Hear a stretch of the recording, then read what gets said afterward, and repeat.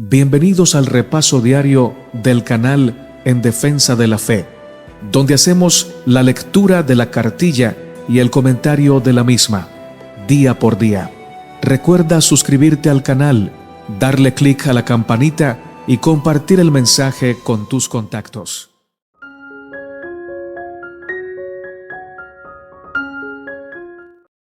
Lección para el día martes 21 de diciembre. La muerte de Moisés. Oh, pobre Moisés. Después de haber llegado tan lejos, de haber vivido tantas cosas, finalmente quedó fuera del cumplimiento de la promesa hecha a Abraham muchos siglos antes. A tu descendencia daré esta tierra. Génesis 12:7. Pero vamos a leer Deuteronomio 34, 1 al 12. ¿Qué le sucedió a Moisés y qué dijo el Señor acerca de él, que mostraba lo especial que era? Deuteronomio 34, 1 al 12. Subió Moisés de los campos de Moab al monte Nebo, a la cumbre del Pisga, que está frente de Jericó, y le mostró Jehová toda la tierra de Galaad hasta Dan, todo Neftalí, y la tierra de Efraín y de Manasés, toda la tierra de Judá hasta el mar occidental, el Negueb y la llanura, la vega de Jericó, ciudad de palmeras hasta Zoar. Y le dijo Jehová: Esta es la tierra de que juré a Abraham, a Isaac y a Jacob, diciendo: A tu descendencia la daré. Te he permitido verla con tus ojos, mas no pasarás allá. Y murió allí Moisés, siervo de Jehová, en la tierra de Moab, conforme al dicho de Jehová. Y lo enterró en el valle, en la tierra de Moab, enfrente de Bet-peor. Y ninguno conoce el lugar de su sepultura hasta hoy. Era Moisés de edad de 120 años cuando murió. Sus ojos nunca se oscurecieron ni perdió su vigor. Y lloraron los hijos de Israel a Moisés en los campos de Moab 30 días. Y así se cumplieron los días del lloro y del luto de Moisés. Y Josué, hijo de Nun, fue lleno del espíritu de sabiduría, porque Moisés había puesto sus manos sobre él. Y los hijos de Israel le obedecieron, e hicieron como Jehová mandó a Moisés. Y nunca más se levantó profeta en Israel como Moisés, a quien haya conocido Jehová cara a cara. Nadie como él en todas las señales y prodigios que Jehová le envió a hacer en tierra de Egipto, a Faraón y a todos sus siervos y a toda su tierra, y en el gran poder y en los hechos grandiosos y terribles que Moisés hizo a la vista de todo Israel. En completa soledad, Moisés repasó las vicisitudes y las penurias de su vida desde que se apartó de los honores cortesanos y de su posible reinado en Egipto, para echar su suerte con el pueblo escogido de Dios. Evocó aquellos largos años que pasó en el desierto cuidando los rebaños de Jetro, la aparición del ángel en la zarza ardiente y la invitación que se le diera de librar a Israel. Volvió a contemplar los milagros portentosos que el poder de Dios realizó en favor del pueblo escogido, y la misericordia longánime que manifestó el Señor durante los años de peregrinaje y rebelión. A pesar de todo lo que Dios había hecho en favor del pueblo, a pesar de sus propias oraciones y labores, solo 2 de todos los adultos que componían el vasto ejército que salió de Egipto fueron hallados bastante fieles para entrar en la tierra prometida. Mientras Moisés examinaba el resultado de sus labores, casi le pareció haber vivido en vano su vida de pruebas y sacrificios. Patriarcas y Profetas, página 505. Deuteronomio 34:4 dice algo muy interesante. Esta es la tierra de que juré a Abraham, Isaac y Jacob, diciendo: A tu descendencia la daré. El Señor estaba usando palabras casi literales de lo que había dicho vez tras vez a los patriarcas y a sus hijos acerca de darles esta tierra. Ahora se lo estaba repitiendo a Moisés. El Señor también dijo: Te lo he hecho ver con tus ojos, mas no pasarás allá. Deuteronomio 34:4. No hay forma de que Moisés, allí parado donde estaba, pudiera haber visto con una visión normal todo lo que el Señor le señaló desde Moab hasta Dan, Neftalí y demás. Elena de White es clara. Fue una revelación sobrenatural, no solo de la tierra, sino de cómo sería después de que hubieran tomado posesión de ella. En cierto sentido, casi parecería como si el Señor se hubiera estado burlando de Moisés, como diciéndole: podrías haber estado aquí si simplemente me hubieras obedecido como debías, o algo así.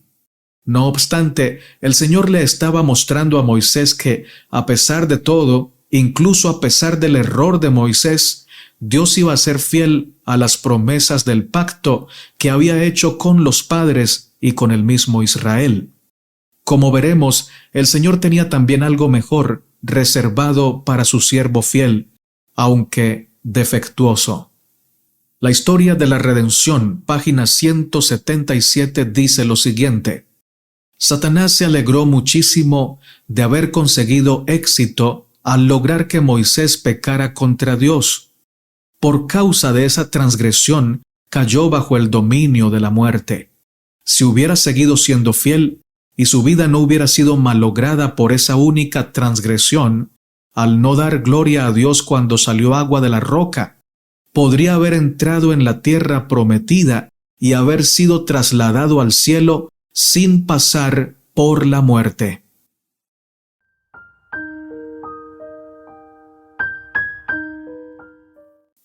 Lección para el día martes 21 de diciembre.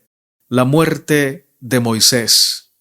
Deuteronomio 34, 7 al 12 nos dice: Era Moisés de edad de 120 años cuando murió.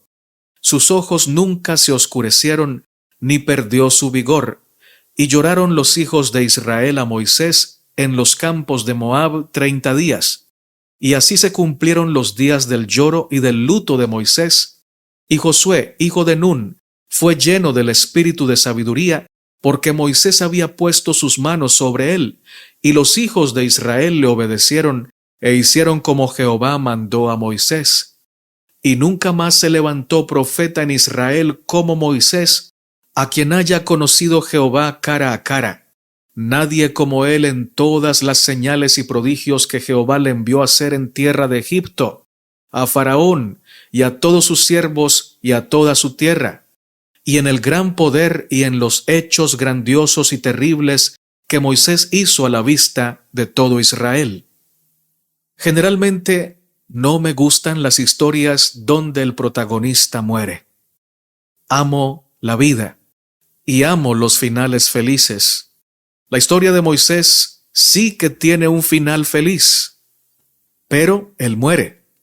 Muere sin saber lo que va a pasar después. Quiere decir que murió creyendo que su final era triste. El sueño de este gran varón de Dios era cumplir la meta, llegar a la tierra prometida, tocarla, sentirla, verla. Ver a su pueblo redimido, ocupando una tierra propia, entregada por Dios. Siempre recuerdo una poderosa predicación bastante antigua del pastor Alejandro Bullón, que dice que Moisés soñaba con llegar a la tierra prometida, sentarse en una silla mecedora y desde allí suspirar de gratitud porque se cumplió la tarea gracias a Dios. Se cumplió su misión y llevó al pueblo desde Egipto hasta Canaán. Dice el predicador que Moisés soñaba con ver correr, juguetear a los niños y ver a los padres satisfechos y tranquilos en esa tierra prometida.